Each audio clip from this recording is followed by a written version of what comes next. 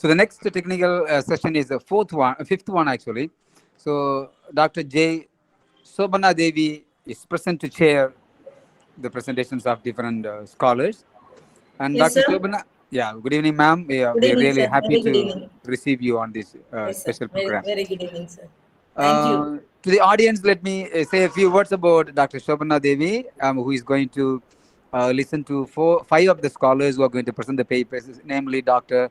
Asha Madhavi Pagatala from Department of English in Papatala, and then J. Divya, research scholar from Kumaragoil, and Neetu Ravindran from Kerala, Kollam, and Lakshmi Devi from Anevalangani College, and Maria Sharmila Selvi, a research scholar, Anevalangani College. And all these five scholars are going to share their ideas through different approaches. And Dr. Shobana, to tell to you people, like she's an assistant professor of English, and the standard fireworks Rajaratnam College for Women, Sivagasi, is the place where she holds a profession. For the past 16 years, she has been in the teaching experience, such a varied experience she has got from research works. She's published about 45 research papers, which is really hats up to ma'am. And she's Thank you, guided a sir. number of MPhil research scholars, and she's produced four, doctorates. So these all add advantage to the real scholar Shobana Devi, Thank you, who sir. has been in touch with lots of conferences and different varieties of programs to educate the real English literature. So, ma'am, we are really proud of you to have this evening to entertain your intellectual sharing with different scholars who are going to present and with your intel questions that are going to rock the session. You're welcome, ma'am. Go ahead. Thank you, sir. Thank you. Yeah, yeah.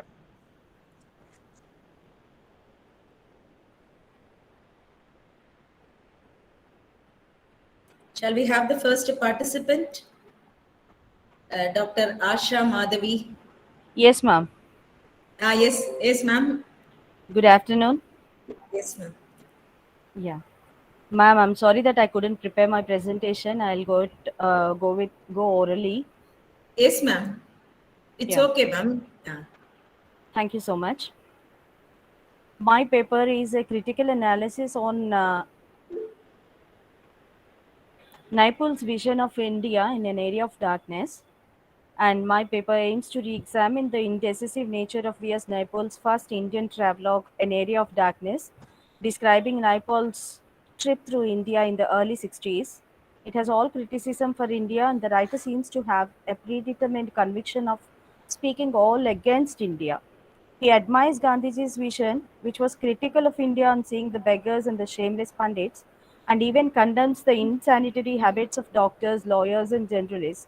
On the contrary, he sarcastically ridicules Nehruji by saying that he had a romantic feeling for India and that is why his writings cannot easily be recognized by others. Naipaul calls India as a country of callousness, inefficiency, and a hopelessly divided country which weakens to the foreign rule. Thus, it results in a harsh commentary on socio-political life of Indian society. This paper throws light on these harsh realities and experiences that he had in his visit to India and attempts to analyze its forceful narrative techniques that made it leave a powerful impact on the society. V.S. Naipaul is a pioneer of post-colonial literature and is a born traveler. Naipaul traveled to the Caribbean islands, India, Iran, Pakistan, Africa, America, Argentina, the Congo, Malaysia, Indonesia, and the deep south of America. Traveling to these various places enriched his non-fictions. Most of his travels were on commission, and he devoted his time during travels to keen observation and documentation. As Naipaul begins his travel, we see a marked difference in him. This young Naipaul, who aspired to be a writer, was rather unsure of his subjects for the novels, whereas once he starts traveling, he becomes a more confident writer. Naipaul's vision of India is seen in two works. That is, about India, he has written two books: An Area of Darkness in 1964 and India, A Wounded Civilization in 1977, which are based on his personal experiences. These two works tend to the art of fiction more than to the travelogues, and hence are to be regarded as non-fiction novels. Naipaul's experiences and observations are based on his personal study, encounter, and feelings, but the journalist eye for significant details, his art of selection, and his aesthetic approach to projecting his views and visions regarding India's social, cultural, and political scenario bring them to the category of this genre. Apart from its innovative form and style, these two books essentially present the author's visions and views on India, which have been received with great controversy. He appears to give a dismal picture of India and at the same time evinces a great passion and fascination for India. It is therefore necessary to make a close investigation of the various views and their observations in each of these books in order to arrive at the veracity of truth and also judge the author in a correct perspective. And in this paper, I'm discussing on an area of darkness. An area of darkness is taken as a personal record of Trinidadian Naipaul who comes to his parents' homeland to see the India of his dream. He moves from place to place, comes close to persons and different characters of India, closely notes the workings of caste system, and also observes the various rites and rituals observed by the Indian people. He also moves into the Brahmin society to study the outlook, attitude, and the application of their creed, and makes severe visits to temples to record the performance of rites and rituals therein. His experiences of his first sojourn in India, which are noted in an area of darkness, flare up innumerable controversies and conflicting opinions among the critics living all over the world. Naipaul comes to India with a predetermined set of ideas about imaginary India shaped by the experience of casual participation in Hindu ceremonies and memories of artifacts and other things of his grandfather's migration. These ideas, gathered from community life led in Trinidad, generate in Naipaul a dialectic form which ultimately makes him a new figure of cosmopolitanism rooted in the cultural amalgam of a post colonial metropole. The scorching heat of Bombay and Delhi during the first visit to India creates almost a hysteria in Naipaul, and all his preset ideas of the land become flattened to mere hallucination. Indian realities by no way appear before him as healthy and shining. His very first landing on India's soil shatters his preset ideas, and he is awakened to an utter horror that reflects the colonial self still dominating over his mind. Naipaul makes a long stay at Srinagar, goes on a traditional annual pilgrimage to the cave of Amarnath. Naipaul's interest in taking up this pilgrimage is more in his art of journalism as well as in his desire for the fulfillment of the Indian fantasies of his youth, urged him to spend a long period in the Himalayas. He records various views and opinions on some of the important Indian societies, their religion, their caste and creed, and their way of living. These views have raised severe criticism in certain literary circles, particularly because Naipaul here appears not as an Indian, but as a person who passes comments and remarks contrary to the expectation and opinion of a common Indian. At the outset, we may probe Naipaul's opinion on Brahmanism. Naipaul himself comes from a Brahmin family, and as such, he records his conscious probing into Brahmanism and his deep rooted upbringing, from which one gets a good account of his childhood. Moving further, Naipaul makes a close study of Hinduism as prevalent in India. He feels that Hindu upbringing has left in him only that sense of difference of people, a vague sense of caste, and a horror of the unclean. He sees all the Hindus equally bound by the canon of caste, whatever be their superficial layer of westernization and anglicization. All the three classes adhere to the same class distinctions and the new experiences of freedom. Naipaul makes a significant observation on the degeneration of religion exploited by the caste system. While examining the Hindu beliefs and rituals, Naipaul also discusses the concepts of karma, dharma, and moksha. Although he applies these concepts in their most limited senses, he traces the Hindus' internalizing of these concepts through his connected study of Indian history, politics, literature, and social life. In his study of karma, he appears to have made a strong reaction as he regards it as a paralyzing, defeatist philosophy which prevents Western style individual self realization process. In his analysis of the various Hindu failings and shortcomings, which he documents in an area of darkness, He is found to have attributed these failings of Indian people to the influence of karma. These, according to Naipaul, it is karma that keeps sweepers in the position of sweepers, ensuring degrees of degradation, though its emphasis on the fundamental justice of the caste system. It is karma that enmeshes Indians in a cyclic view of history. From religion to religious Indian philosophy, Naipaul comes to analyze persons and personalities. His study of Gandhism becomes very important, particularly when he, in an extended study, revealed his fascination for the figure of Gandhi. Gandhi's shifting positions as insider, outsider with respect to India, and critically examines the apparent success of Gandhi in his country as well as his subsequent failure in generating it. India undid him, he became a Mahatma. Naipaul had said of Gandhi in an area of darkness. By implication, Gandhi was radical other than what he was before he reached India after spending 20 years in South Africa. Thus, in an area of darkness, Naipaul gives us two Gandhis, the radical South African Gandhi and the Gandhi who became the Mahatma in India. An objective reading of an area of darkness reveals that Naipaul forms an impression of India that gives him both pain and pleasure, particularly because vision of independent India of his youthful days appears completely shattered from a close angle. He is a more privileged traveler because of his Indian ancestry and experience of Hindu India, and yet Naipaul has the sensibility of a Brahmin, but not the supporting beliefs or complacencies or callousness.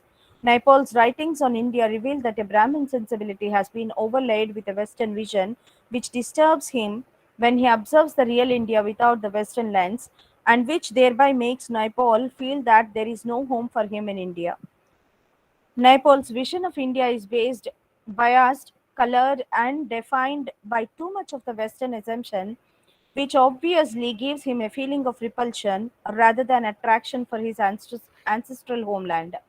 Moreover, Naipaul, as a traveler on his first visit to India, was passing through a very transitional period and was therefore unable to project correct insights into India or is to arrive at the real truth about India. Hence, at the end, he almost confesses his failure at grasping the very essence of India. He feels he can never adequately express his briefly grasped essence, its philosophical spirit. It is this disturbed and blurred vision of India that perhaps leads Naipaul to express certain views and observations on India, which are taken by critics as his attack or criticism of India. Naipaul's criticism on India appears in several forms: the hierarchical division of labor occasioned by the caste system, the Indians' lack of a sense of history, and the conflict between Hindu tenets on cleanliness and the excremental reality are all particular objects of his sardonic irony. Throughout an area of darkness, Naipaul reveals himself to be an irritable and hypersensitive traveler, and the Amarnath pilgrimage too is of no exception. In his counterparts of India, he once again dwells on the defecting crowds, which he finds everywhere, and such scatological vision blinds him to almost everything else. Nissimesical too makes objection to makes objections to Naipaul's views and observations expressed against India in his article Naipaul's India and Mine, as he records that Naipaul speaks with the virulent sharpness of one who had contracted out. Therefore, Ezekiel concludes that essentially the older Hindu traditional Brahmin side of him was dead or existed in a new way. A few important experiences of Naipaul in India and the nature of the emotions he testifies to at the moment of these key experiences will serve to refute Ezekiel's point of view and show that when the Brahmin side of Naipaul revives, it is the older Hindu traditional belief that contributes to Naipaul feelings of belonging to India. Ezekiel, however, severely criticizes Naipaul for his negative feelings about India. It is difficult to refute these critics when one finds that they see India from a very close quarter with Indian sensibility, while Naipaul sees India from a great distance with a sense of the expatriate. Naipaul's irritability really does make India a sewer for him, and his vision is so blinkered that he is genuinely unable to see much else. From a Western logical positivist position, Naipaul's remarks are reasonable enough, but in the context, his neutral bystander stance seems inadequate. He remains a spectator on the sidelines of life, seemingly enmeshed in a form of mental paralysis which enables him to retain an aura of detachment through non participation. His attitude, finally, is no more than a secularized version of the very karma induced resignation which he deplores. He admits in the later passage, which links Indian non involvement with that of his own. Thus, Naipaul's vision of India as observed in an area of darkness is based too much on his Western assumptions, and his views on India too are based on his first encounter with an experience in Indian society with an eager mind that expects to find too much but actually gets too little. His views are expressed all the more alarming and scathing. This, an area of darkness, reveals the author's tormented psyche and the shock he received in India that make it impossible for him to see India in a dispassionate way, although he makes all efforts to study India through a journalist's eye and notes what he feels is important in his point of view. Despite the various controversies that it raises in the mind of the Indian readers, remains a powerful work chiefly for its forceful style and narrative technique. Thank you.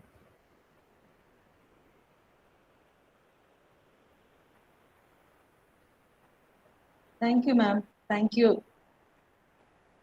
Thank you so much. A Thank neat you, ma'am. presentation, ma'am. Very explanatory. Thank you. The panoramic vision of the problem of identity is clearly you have given, and of course, the novel is a reflective and somewhat a semi-autobiographical account, isn't it, ma'am? Yes, It's yes, a yes. kind of travelogue. Travelogue, yes, ma'am. It is an emotional travelogue, in other words, we can say. Of course. Yes, yes. The study of Hinduism and Brahminism, the concepts vision of of India is projected very clearly. Almost the criticism of India is also studied remarkably by you. Very good, ma'am. I really appreciate you. Thank you so much, ma'am. Thank you, ma'am. Very Thank you so much. explanatory. Yes, Thank very you. explanatory. Yes. Ma'am, there is a question. Let me have a. Please, sir. Yep. Very good presentation, ma'am. Like you could have, you could have taken such a long time to present it, but you couldn't do because it is time limited. I know the way that you skipped a lot number of points and topics just because you wanted to shrink it to the time. Yes, sir. There is well presented. What Thank I you. really want to know is like, ma'am, like when you talk about this identity, of course, Hmm. it is an identity crisis in the world now, modern term. Hmm.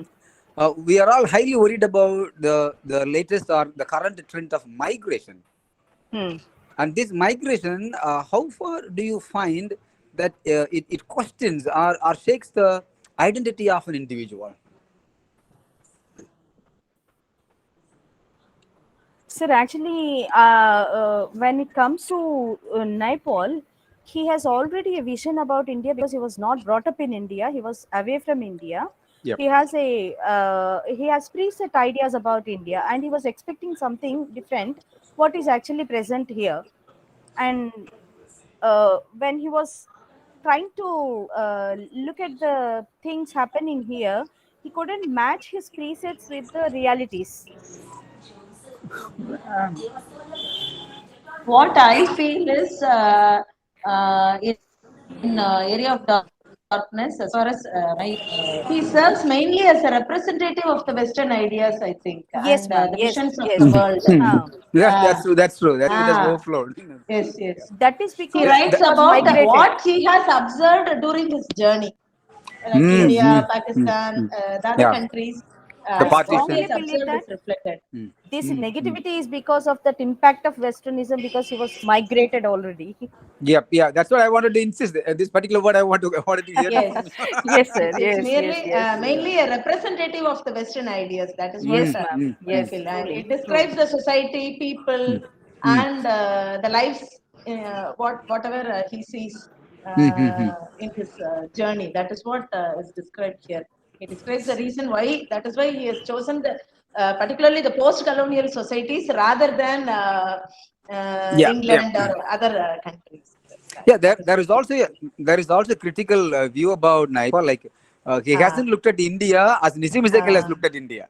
Yes, sir. yes. Yes, yes. Yeah, Of like course, of yeah, course. maybe Nissim Ezekiel has traveled overseas, but he has rooted in India. But whereas Yes. Naipaul has migrated himself, but how far he has, Yes. presented his own views on the particular sufferings of that migration, it is really a question interrogation. That's what I wanted Yes. to. And He this is simply all. has written what he has observed during his journey to Uh, India, Pakistan, Yep, Malaysia, yep, yep. Mm. and all this etc. is I clearly don't. seen in his article, sir, Nizamazical's article, Naipul's India and Mine. Yeah, wonderful one. Mm, That's really a reflection of real criticism of Naipaul. yes. Yeah. That's beautiful. Thank you. Thank you very much. And moreover, Very, very good. it is a kind of fiction used to justify his need Yep, for yep. darkness. That is what is True. exposed. I think. True, true, true, Yes. true. Thank you, ma'am. Yeah, good Thank contribution. you. Thank you. May I have the next participant?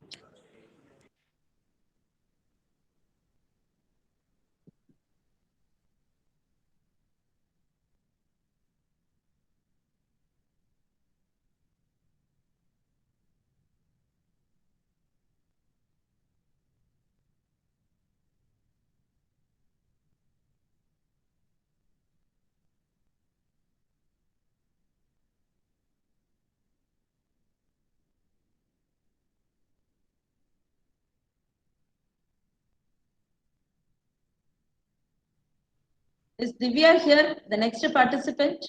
Yes, yeah, ma'am. Yes, ma'am. Yeah. Please.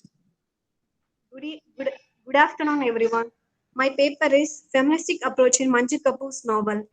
Manju Kapoor is an Indian women novelist. Her novels are Difficult Daughters, A Married Woman, Home, The Immigrant, Custodian, Brothers. In her novels, we meet the women of the modern era, their problems, and their desire to become independent.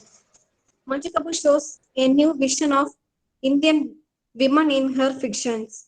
Some of the themes found in her novels are marriage, family relationship, husband and wife relationship, separation, extramarital relationship, dowry, corruption, social political issues, immigration, and superstitious belief. She has portrayed the conflict of tradition and modern in her characters. She explores sociological and psychological sensitive issues. In this paper, I had taken up the novels of Manju Kapoor, namely Difficult Daughters, A Married Woman, Home, The Immigrant, and Custody. Have different themes but deals with the typical middle class dreams, hopes, and aspirations. The background of these novels is urban in nature and catches the city life with ironical detachments. The various consequences of changing human relationship between men and women have been represented with the detailed and graphic observations in all her novels. She shows her deep insight in telling the tales of common people in daily life. Compassion, sympathy, sacrifice, and cultural loads are linked with the womanhood. Kapoor's unique sense of feminism in her novels is well displayed in her novels in outstanding manner. She presents human beings in the context of conflict, especially family conflict has been reorganized as the core issues of her novels.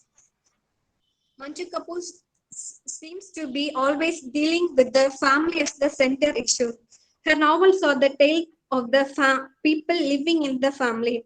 Family teaches them to understand human relationship, which is the essence of continuity of human existence. Family is the source of developing strong relations in the sense of devotion, mutual understanding, and respect to each other. The relationship between father and son, mother and daughter, father and daughter, mother-in-law and daughter-in-law, man and woman, lover and beloved can easily be noticed everywhere in her novels, right from the beginning to the last. Feminism in the novels of Manju Kapoor can be traced out in different perspectives in so-called age of modernity. The concept of home is in the transformation condition. The modern diseases seem to infect the home and family. Many things happen in the name of modernity and the sake of change. Its effect is worse. People lack emotion, human sentiment, human attitude, and compassion. Manju Kapoor's all novels seem to analyze various problems in the life faced by women. In her first novel, Difficult Daughters, seems to present the story of Varmadi, who faced much difficulty in handling her daughter in the right way. Manchu second novel seems to be revolutionary in intimating a different kind of theme and morality which is not common either in Indian society or in Indian literature. It deals with the life of Ashita, her marriage with Hamid, and her association with Pep and her involvement in various social activities. In a married woman, Manju Kapoor sees the world from the woman's perspective, and that it is why, in spite of several attempts, he does not succeed in the marginalization of Asita. She seems to be representative of middle-class educated women who bears the burden of cultural and moral loads all the time in their life. She symbolized the struggle of the women for the survival in the male-dominated society. Her love for the economic independence is the real motive of the writer. Her story is a different kind of disappointment. Manju Kapoor's third novel, Home, is a beautiful story of family of Banwari Lal. But at the same time, it is also the story of every home in India. Here, she covers the story in detail. She presents everything: hopes and aspirations, failures and frustrations, conflict between two generations, etc. She seems to be wonderful in the presentation of various types of human relationship in the novel. Critics, readers, and reviewers show great aspirations for her approach. It is not only the tale of Banwari Law's family, rather it is the tale of every home in India. Manju Kapoor's home may have been an old-fashioned story, but its unique sense of presentations make it more and more concerning to the contemporary times. A family living under the same roof face so many problems, but the members of the family do not forget the basics of home. They share conflict and confrontations which delight and overcome all the problems easily. Home teaches the lessons of sacrifice and comparisons with each other for the sake of representative happiness. Her fourth novel, The Immigrant, is once again the story of female protagonist Nina, who is 30 years old when the novel begins. Nina is a lecturer in English. She lives along with her widow mother. She seems to be victim of the self-made co-op. She does not find any suitable proposal of marriage for a longer period. Ananta, a dentist from Canada, comes in her life in New Delhi, and eventually Nina agrees to marry Ananda. After their marriage, Nina leaves her home, her country, and above all her cultures to build a new life with her husband in Canada. But Nina discovers emotional breakdown in her life in Canada. Everything seems to be fragile for her. She battles in her life to cope with different problems which have no solution. In this novel, Manju Kapoor seems to discover a new zone where a lot of people aspire to go. But after a few days, they discover uncomfort, and that zone seems uncomfortable forever. This seems to be failure for modern women aspiring to lead life abroad. Her last novel, Custody, is once again written for the women's perspectives. Custody is the story of Roman, who is a marketing executive officer at the global drink company. Sugan is his wife. She is extremely beautiful and she feels better and imagines bright future in the company of her husband. They have two children, Arjun and Rugi. But life is not easy as it seems to be for them. After the arrival of Ashok, both husband and wife become enemies to each other. Ishita, the wife of Ashok, is in touch with the Roman. This novel seems to be the story of how family love can disintegrate for the sake of false vanity. The novel also shows lights on the Indian judicial system, which does not give consolidation to its writers. In the novels of Manju Kapoor, we find different thematic perceptions. He concentrates on the presentation of women in the context of different social involvements. Her unique portrayal of the different kinds of human relationships, especially man-woman relationship and woman-woman relationship, further add charm and fascination to her novel. Her novels are the journey of women from innocent to experience or from ignorance to knowledge. Their journey gives us a sense of struggle, which is the core issue in her novel. It cannot be said her novels are written in order to draw a line of feminism, but the core issues involved in feminism can easily be stressed in her novels.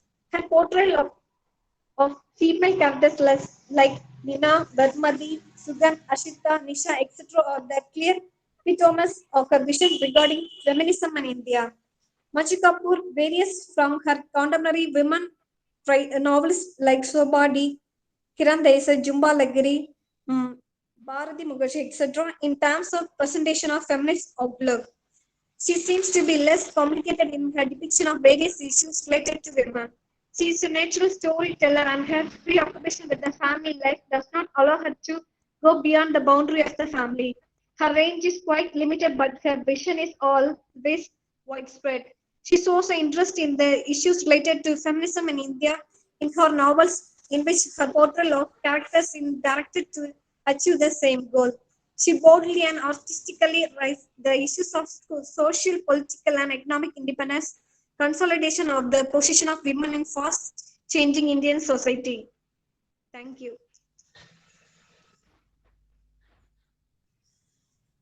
Thank you, Ms. Divya. Thank you.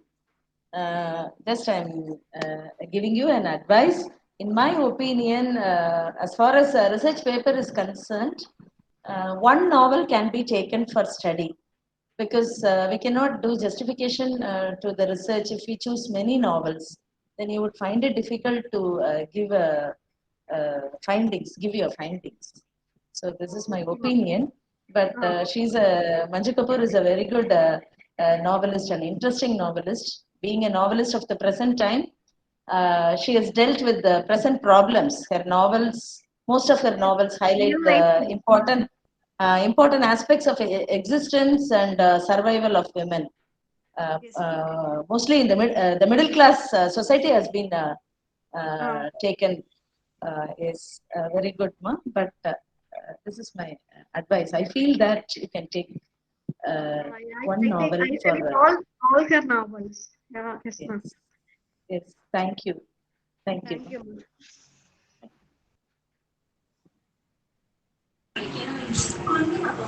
Yes, ma'am. Shall I share Yes, some of my yes, sir. thoughts? Yes, sir. Yes, sir.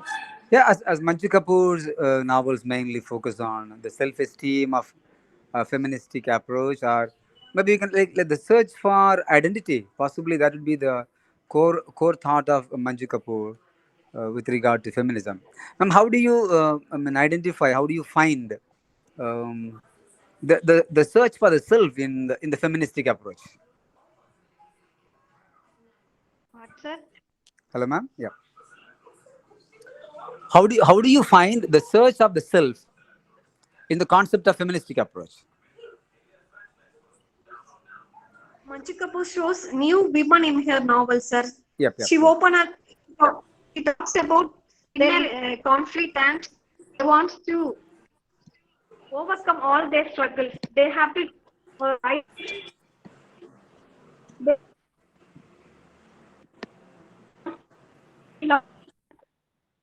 identity, their real identity in the family. They want identity.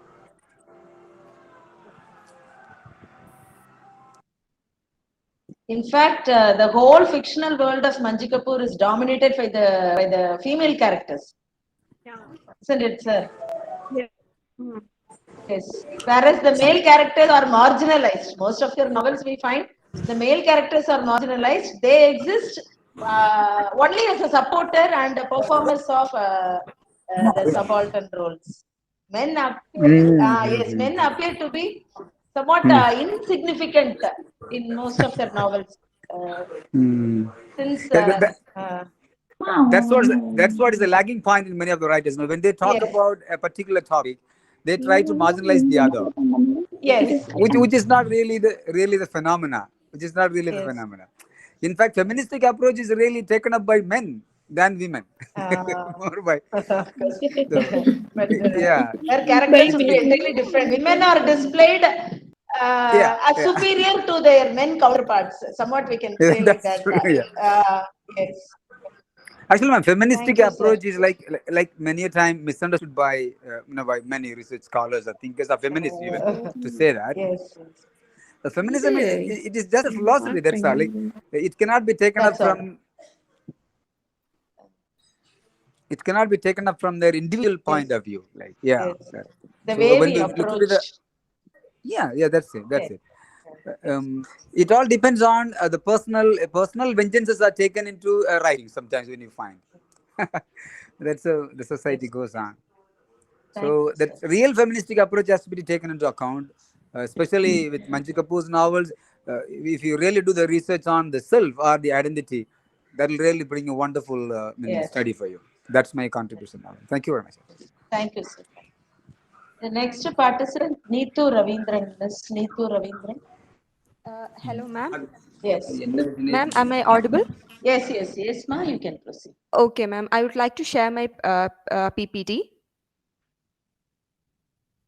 Yes, you can Okay, ma'am. present your. Thank you, ma'am. Ma'am, is my PPT visible? No. Yes, now we can see. Yes. Okay, ma'am. Just a second, ma'am. There is some. Huh. Okay.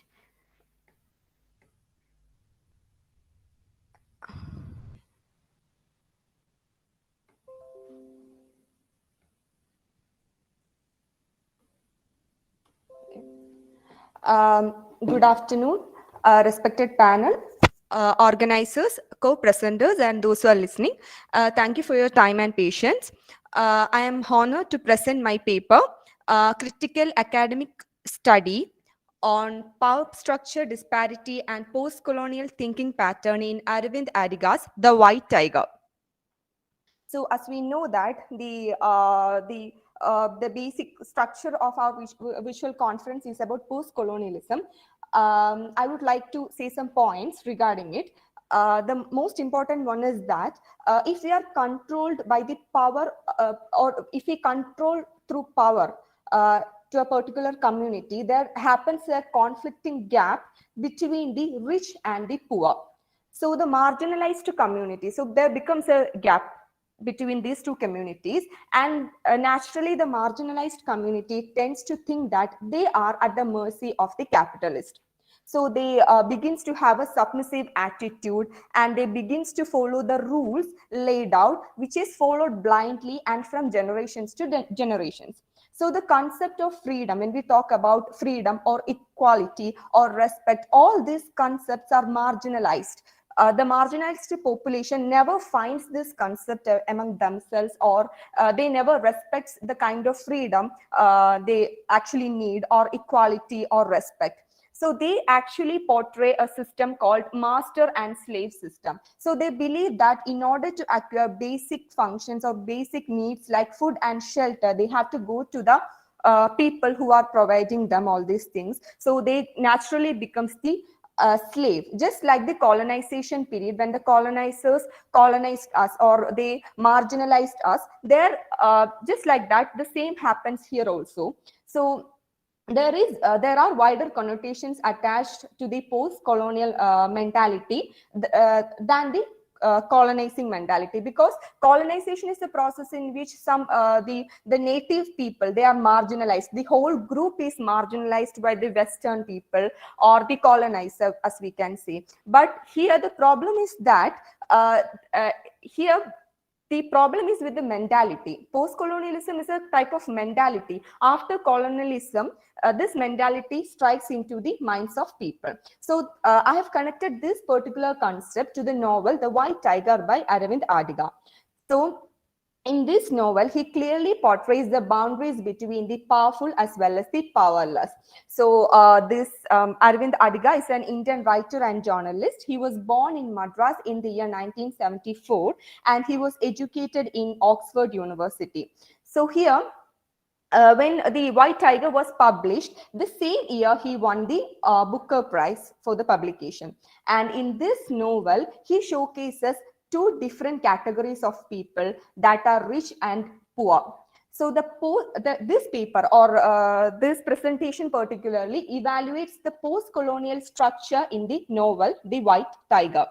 So the major characters are Balram Halwai, Ashok Sharma, and Pinky. So these three characters are actual representations of power structure politics. When we talk about Balram and Ashok, both of them exhibits the distinction between the powerful and the powerless. The rich naturally becomes the powerful, just like the colonizer, and the poor becomes the powerless, just like the colonized. So here, when we talk about Pinky, Pinky is the wife of Ashok Sharma. She faces humiliations on gender basis. She is a woman, so she has to face a lot of humiliation during the course of her stay in India.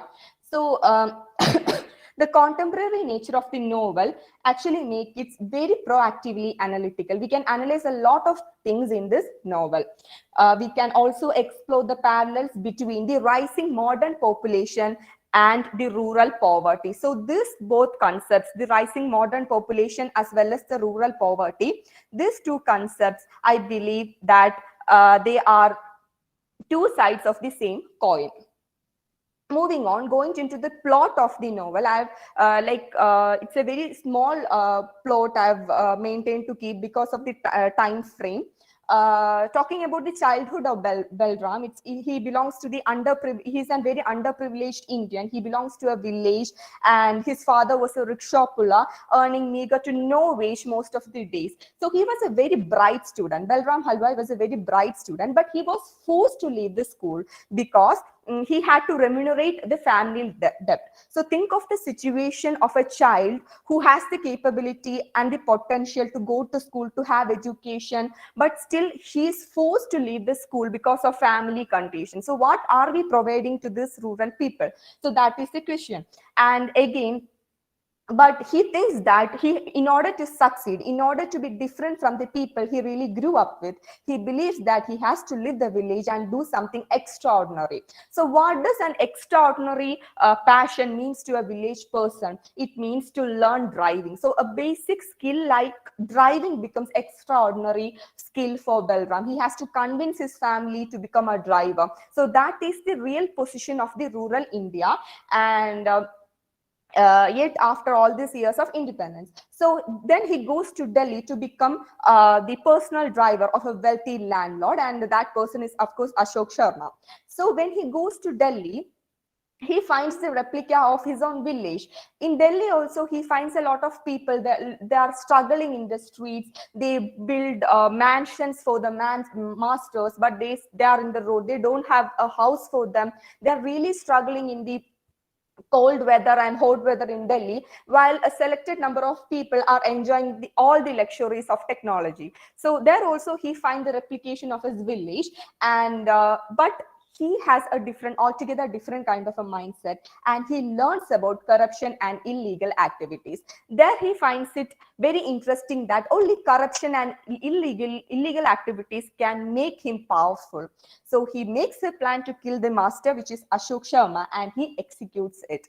So in order to climb the ladder of success, he has this cunning nature and all these crude plans within himself, so that he can be the powerful. He doesn't want to be the rich because rich is like totally underrated. He knows that power is the ultimate goal for him, and power over the powerless and the less fortunate. So always, so this is the politics, the power politics, because power is exerted upon the powerless and the less fortunate.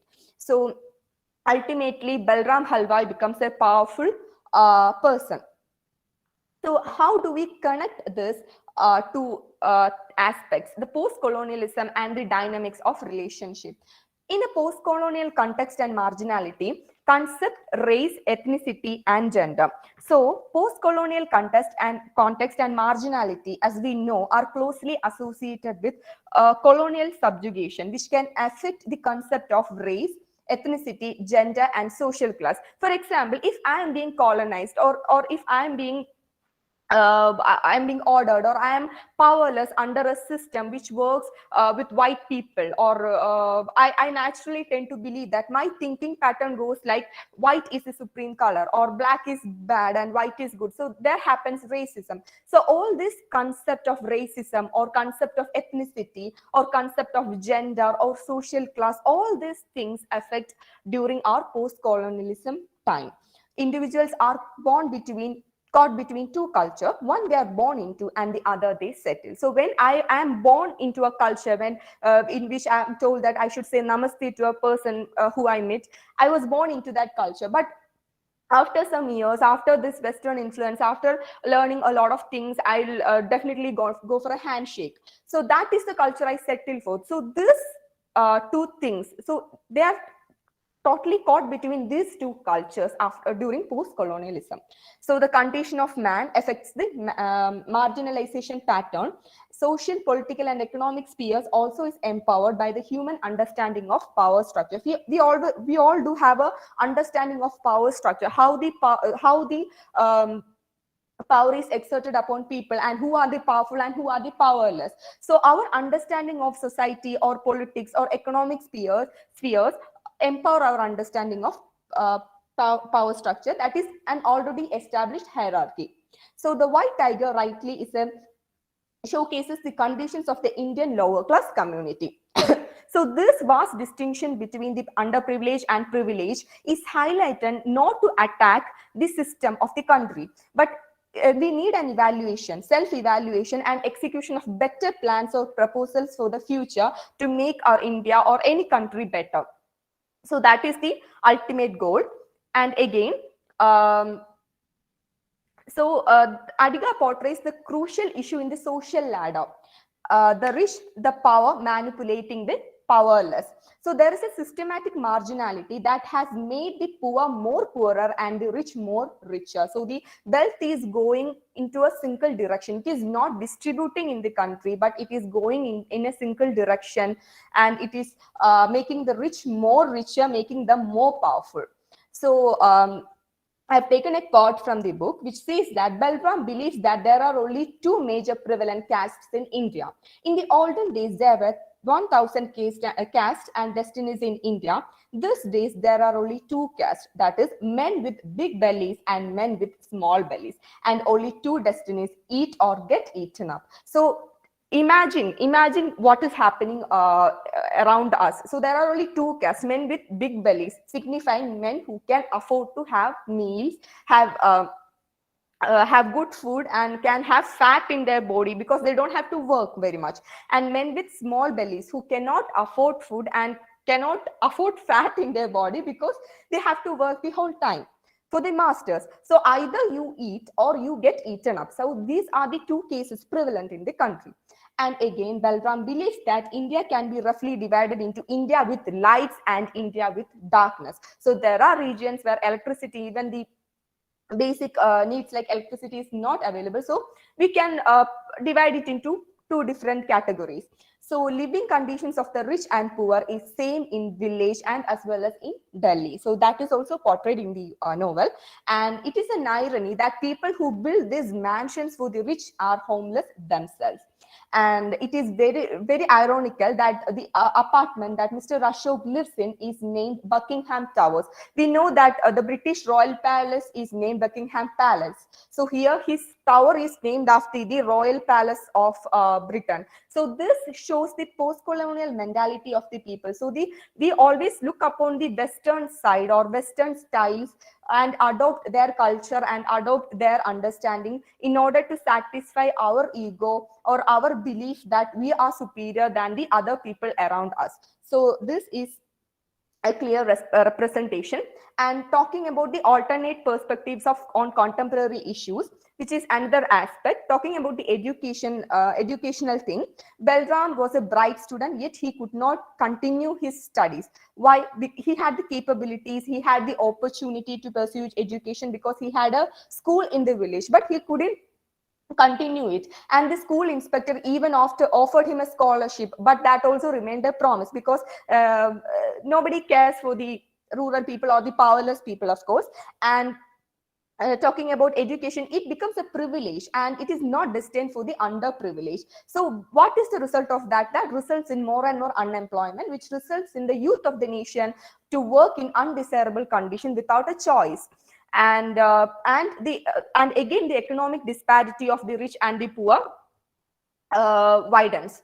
And there is a dowry issues also, because he was dropped out of the school because the family needed his help to settle the debt of his sister's marriage. So in order to get a woman married, they needed money, and in order to have money, they lended it from someone, and in order to repay it, Balram was neglected education. So that is the system how it is going.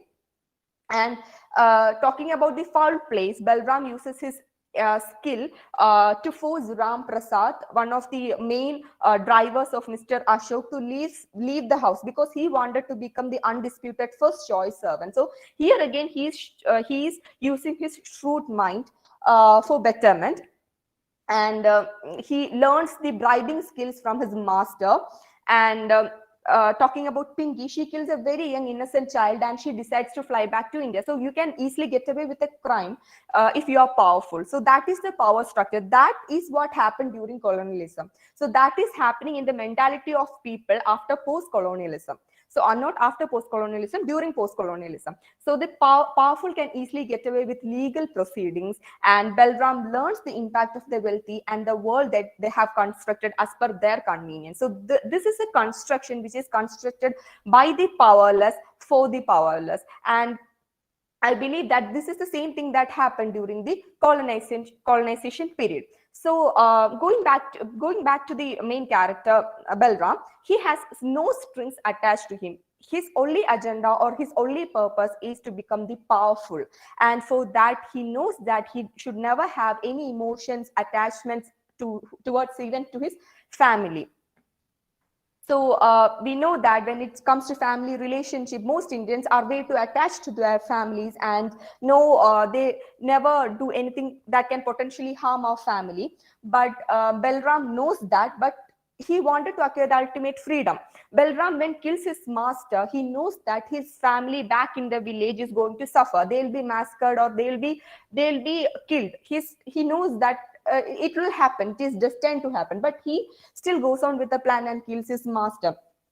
Why? Because he is a rebel and he murders his own master to have a prosperous life, because he wants to be the powerful, the undisputed powerful person in Delhi. And his family might have been massacred, or Balram doesn't care all those things.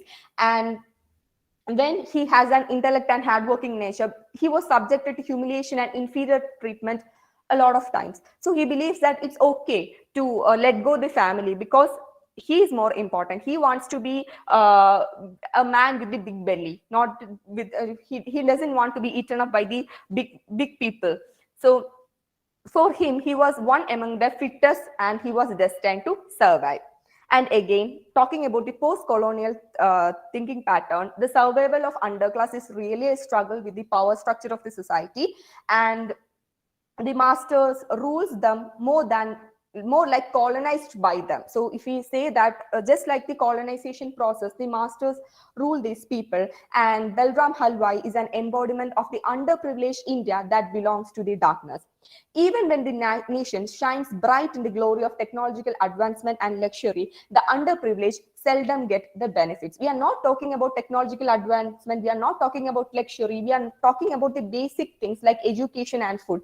They are stolen from these privileges. So here Ardiga has rightfully portrayed the structure of marginality. So here we have a realistic picture of the continuing obsession with the West years after independence, and there's a constant desire, just like I was talking about the Buckingham Towers of Mr. Ashok Sharma, there's a constant desire to adopt and contemplate Western ideologies. So that is also in contrast, and the contrast of both culture mimics the dimension of the post-colonial effect on the perception of people. So perception is really important for any individual, and this colonialism has affected a kind of perception into the mind of people that Western ideologies are better than ours, and it has also affected the social or economical or the concept of race, ethnicity, or gender into the minds of people. So this concept is connected with the novel of Mr. Ardiga, and thank you, ma'am.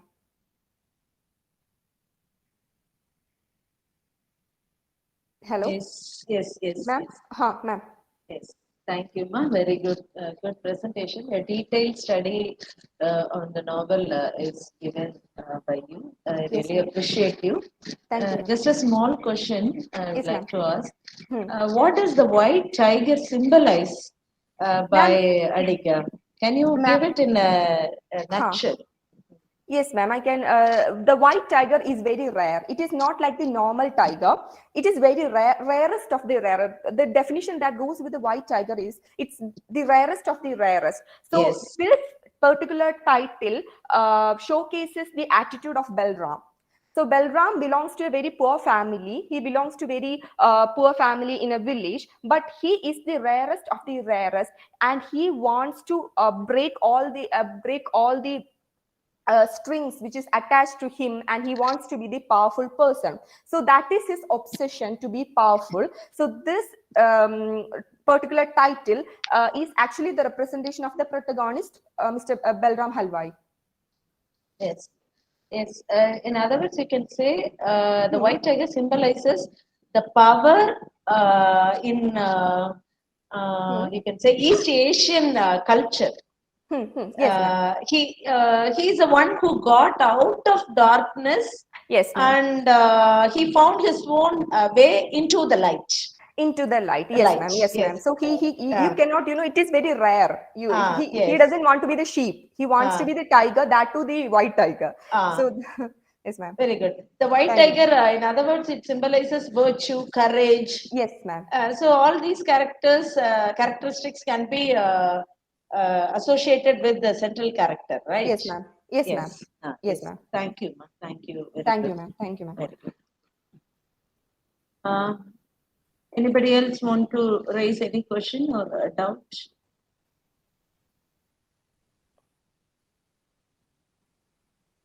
May I call upon the next participant, please? Dr. Lakshmi Devi. Ma'am? Is Dr. Lakshmi Devi here?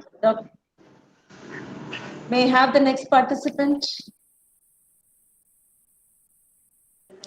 Ma'am, like Dr. Lakshmi Devi is not presenting. Can you call the next participant, please? Yes, ma'am. Yes, ma'am. Maria Sharmila Selvi. Miss Maria Sharmila Selvi. Okay. Yes. Ma'am. Yes, ma'am. Am I audible? Yes. Yes. Yes. Okay, ma'am. Good evening, everyone. Yes. I am Maria Sharmila Selvi. I am a research scholar in Andavi College. My paper entitled Portrayal of the Mental and Moral Strength of Bertha in Paulo Coelho's Devil and Miss Priam mainly concentrates on the old woman named Bertha. She is always neglected by her neighbors because of being old. This novel opens with the description of Bertha, which shows that Coelho himself has stresses the importance of old people, because he is opening the character from the beginning of the novel. Even though everyone neglects Bertha, she never fails to look over everyone, because she is having no other works to do, or she have nobody else at her home. So she always watches the village people as her guardian angel. She carefully watches the changes taken place in nature as well as in her neighborhood, and the arrival and departure of new people to the village. And she is not only watching over the people and the natural setting of the village, because she is having no other works to do, but she is this is the last wish of her husband. He died before 15 years, and after his death she was alone in her home. She has nobody else to take care of her, or she has nobody else to take care. So she is sitting in front of her house and always watches over the village. And and she is living with the hope that nothing harmful will happen to the village and herself, because the people of the village, they are peace living and they are very simple. They don't have any uh, huge amount of income. They are very poor, and the people are very quiet. They don't have any other harmful activities with them. But this situation changes when a stranger arrives the village. That collapses the peace of the village, because he is having a demand. This actually, this novel is mainly having the character. Actually, the major character of the novel is Miss Priyam. She is the prey to the stranger who is actually coming to the village as a visitor, and he is giving a demand to Priyam that if she, if there is a death happens in the village within 1 week, he will give 10 bars of gold to the village and one bar of gold to Miss Priyam. So she don't know whether to accept the deal or not. She was confused, and the man who comes to the village is accompanied by with evil, which means devil. This was watched actually. Since she is old, Bertha is watching everything, and she can understand that the old man, sorry, the stranger is accompanying with the devil, and something harmful will happen to her village. That is what she is thinking, and she wants to safeguard the village, but she is physically weak, no, so she can't do anything physically, but she is thinking something may happen. What can I do? And in that way, she is thinking. Uh, Colo's portrayal of Bertha is the best lesson for the old people. Actually, this paper is mainly concentrating on this old lady, because many old people, they are thinking if they are physically weak, they don't have, they may lose their strength, their mental strength, which they had once they had in their youth, and they lost everything when they become physically weak. But this old lady, our Bertha, she is also physically weak, but she never loses the hope as well as her willpower and courage. People, those who are old, may have some diseases and retirement, but they are mostly struggling and suffering because of the negligence of their family members. They, when they understand that there is no one to listen to their advices, there is no one to care for them, they really feel very bad physically as well as mentally weak. But our Bertha, she is living alone for 15 years.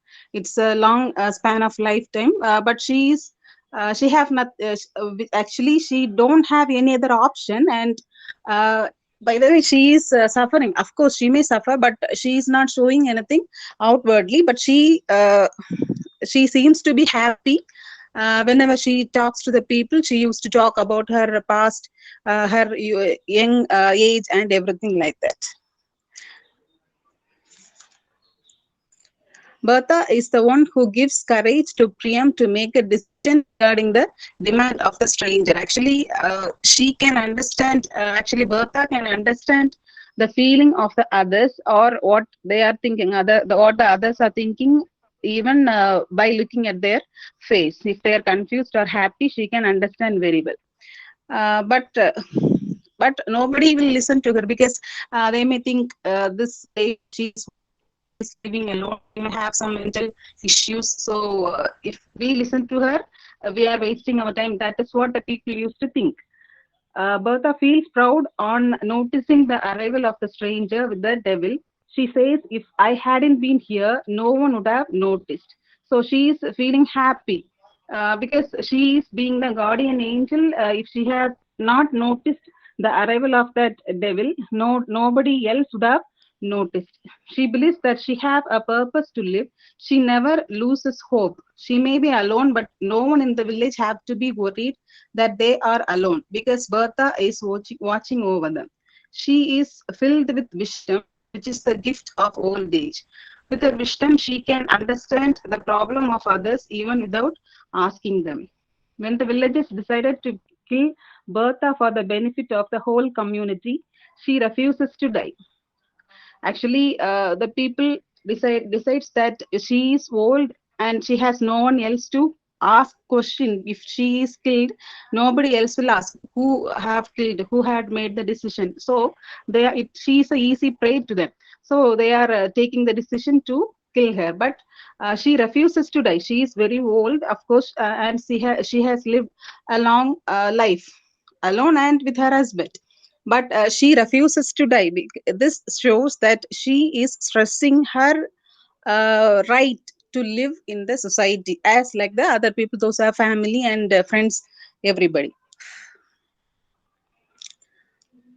She should not be killed because of being old. Old age is not only meant for death. Many people realize the importance of life after becoming old. They have time to think of themselves and of others after getting retired from their job. However, Bertha is considered as a sacrifice for the whole community. She was, of course, sad and afraid to die. She never feels herself as a victim. Rather, she thinks that this is the role chosen by God for her to do. So she asked to build a fountain in memory of her that can quench the thirst of others, as well as be beautiful to look. She was finally rescued by Priam from death. The very next Priam from death. The very next day, she regains her strength to continue watching over the village. That is the speciality of Bertha. She is getting over. She is forgetting everything, and she is taking up the role which she is already doing in her life. Bertha is the example for mental courage and moral strength. For old people, those who thinks physical weakness will reduce mental health and strength. She never loses her willpower to live in the society. With these points, I wind up my paper, ma'am. Ma'am. Thank you, ma'am. Thank you, ma'am. Paulo Coelho is a very good author. I really love to read his books. Good author, Yes, and ma'am. a good presentation, ma'am. Thank you so much. Thank He you. usually revisits the myths and something that would evoke the themes of love, pilgrimage, as you Yes. said, old age. Spirituality or something like that. Yes, individuality, yes, ma'am. Yes, really, it's nice, ma'am. And when you take this novel, his mission is mainly to discover whether human beings are essentially good or evil, isn't it? That is the main concept of an interesting meditation. In other words, we can say it is an interesting meditation on human soul. Thank you so much, ma'am. Thank you, ma'am. Thank you, ma'am. Thank you. I Thank think you. you are the. I think you are the last participant. Is that all, ma'am? Sir? Yes, ma'am. Yes, of course. Yeah. Yes. Yes. Thank you so much. I should thank Dr. Regin for having given me a good opportunity. Because at the last moment I was chosen to be to chair the session, but in spite of that, I really loved, and I should say that I gained a lot from this session. All the papers, all the research articles were fabulous. Thank you, Regin. Thank you, sir. Ma'am, thank you. May I wind up the session?